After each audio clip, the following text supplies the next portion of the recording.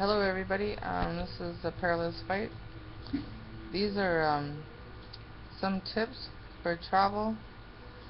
Um, if you're going to travel in the States, Southwest Airlines is the cheapest airlines going. If you're in Canada or in the States and you want to get to, um, for example, if you wanted to get up to Whistler, it's a resort in the mountains, and it's fun both in the summer for mountain biking, hiking, canoeing. The shopping could be better, but it's a great place to be. You gotta try Cow's ice cream when you're up there. And Cascade Lodge and the Pinnacle, they're they have ideal locations if you're up in Whistler. And the Pinnacle has um, the bathtub like in the room outside of the restroom, so you can have a bubble bath and watch a movie. And they have a kitchenette in there, by the way. Um, so let's say you wanted to, you're in Vancouver and you wanted to get to the States. It's somewhere sunny to get some sunshine, vitamin D, I believe it is. You could jump on Amtrak train for like 40 bucks and head down to Seattle. Southwest Airlines doesn't fly out of Bellingham. If you're going to fly to Vegas, you're probably better off with a Legionnaire up in the northwest part of North America. Um, so let's say you want to go on a cruise. iTakeaTrip.com, or I think the name that they go under now is SmartCruisers.com. I've taken 5 cruises with those. They're based in Florida, but the the rates are great, and they're reliable. Like I said, I put my name to it because I've used them 5 times. Some things to know about a cruise ship if you've never taken a cruise. Once you pay for your the cruise, you'll have to pay daily tips. It's usually $10 a day, and they're going to secure usually about $500 on a credit card when you go to the cruise ship. To, I believe it's called Embark. Um, so you want to make sure that you have at least $500 on a credit card that they're going to secure, because you don't use cash on a cruise ship. They're going to secure it, and they're going to give you a cruise ship card, which that's what you'll use. You can purchase a drink card, a soft drink card when you're on the ship, and any alcoholic drinks you want to have, you'll have to pay for them. Um, Cruises are great place to relax and have some fun, uh, and eat. And if that's, they have entertainment after dinner. They have 2 seatings for dinner. I recommend the second seating. This way, when everybody goes off to the first seating, you can, go in the hot tub and you can just relax, go back to your room, maybe have a little nap, and then get all dolled up for dinner. They have 2 formal nights if you were to take a 7-day cruise. Um, I went out to Mexico. I myself wouldn't recommend going to Mexico with everything going on in Mexico right now. I just spoke to somebody the other day, and you know, she's from Mexico, and she says it's really bad in parts of there. So there's other places in the world they till Mexico can get some military or some more uh, armed forces to fight this perilous fight that they're in over there. Um, and I think they should do it. Uh, they need to bring more people in to get this done, because their economy depends on tourism. I mean, it's a big part of who they are, and we want to go out there and visit. There's a good time to be had out there, but our safety is important, so they have to keep us safe if they want us to spend our money over there.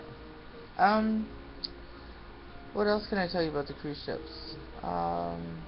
The cruise ships, you can eat anytime. You can order room service.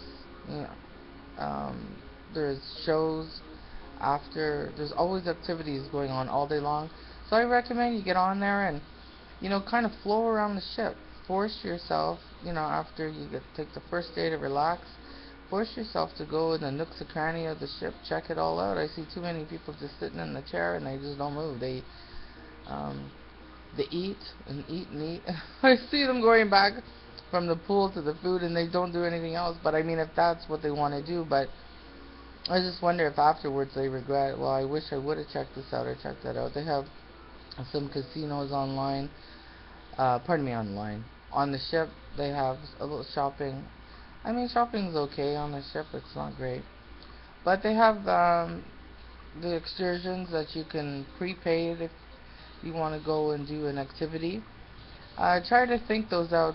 For example, I had gone to, on one of the cruises I went out, and one of the stops was at Puerto Vallarta, and one of our dinner, one of the people this couple we sat with at dinner, they had gone on this tequila making excursion, and they came back and they said it was hot, and the bus that took them there, they didn't feel safe. And we had gone on a pirate ship excursion out of Puerto Vallarta, and it was a blast. It was so much fun. I highly recommend that. That was Royal Caribbean. I've been on Holland, I've been on Princess, I've been on Royal Caribbean, and I can't think of the other one. But Royal Caribbean was the best that I have been on. The service was impeccable. 7-day cruise. Oh my gosh, the service was great. The food was great. Yeah, it was really good. So yeah, there's a way to travel if you're on a budget. Like I said, smartcruiser.com, Southwest Airlines. You could take. Uh, let's say for example, if you were going to take a cruise ship down um, a, a Pacific coastal cruise from Vancouver down to Los Angeles, which I've taken those. Um, and I say that just to say that I have the experience to speak on the matter. I'm not going to recommend to go to a place that I haven't been.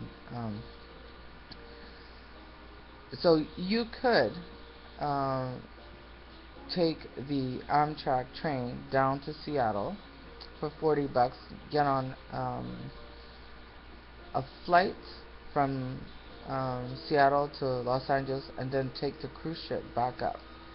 Either way, you're gonna have to take like those 4-night cruises, Pacific coastal cruises. You'll have to take the plane, either there or back. Um, what else can I tell you about?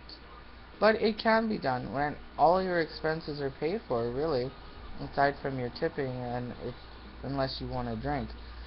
But I mean, there's so many other things to do on the ship besides just get tanked every night. It can be very expensive. You want to enjoy it. You don't want to for it to take away where you're just.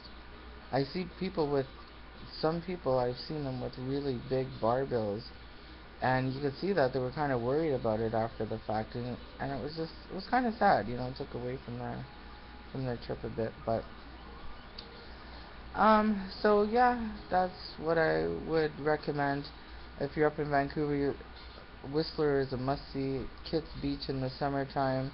The Boathouse restaurant at Kits Beach has an incredible view. English Bay is really nice to go.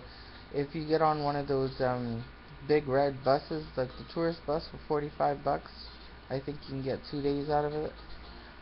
And it'll take you all around any city, and it's highly recommended. Then you kind of can get a gauge on what sort of things you would like to do in the city while you're there, and to get a vibe for the area. And I've gone on it, and they're a lot of fun. It's really enjoyable. You can get on, go have lunch, do a little shopping, and then you can get back on, and then go about your day. You just kind of keep track, because they really only go till dinner time sometimes, depending on the city. But those are some fun and affordable travel things to do. And that's it. Okay. Bye bye.